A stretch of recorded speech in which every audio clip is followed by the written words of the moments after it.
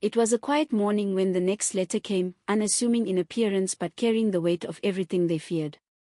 Rosa found it in the mailbox, tucked between bills and flyers. Her hands trembled as she held it, the seal of the immigration authorities glaring back at her like an accusation. She carried it inside, her footsteps slower than usual, as if delaying the inevitable. Alejandro was at the kitchen table, his father's leather-bound notebook open in front of him. He looked up as Rosa entered, immediately noticing the envelope in her hands. "It's here," she said simply, placing it on the table. The words hung in the air like a heavy fog. Alejandro stared at the envelope for a moment before reaching for it. His fingers brushed against hers, a silent exchange of reassurance. "Whatever it says," he murmured, "we'll face it." Rosa nodded, her eyes fixed on his as he carefully tore the seal. The sound of the paper ripping seemed deafening in the otherwise silent room. Alejandro unfolded the letter, his eyes scanning the words quickly but intently.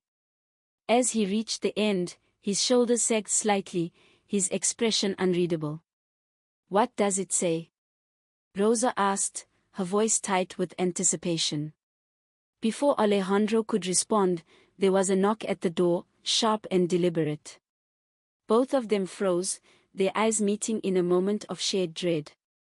The knock came again, louder this time, echoing through the small apartment. Alejandro rose from his seat, his movements slow but deliberate. "Stay here," he said, his voice low but firm. Rosa grabbed his arm before he could take another step. "Alejandro, don't." He placed his hand over hers, his grip steady despite the uncertainty in his eyes.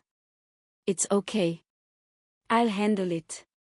As he approached the door, Rosa stood rooted in place, her heart pounding in her chest. She glanced back at the table, at the letter Alejandro had left open. The words blurred as her vision clouded with emotion, but one phrase stood out. "Final decision pending." Alejandro's hand rested on the doorknob, his breath steadying as he prepared himself.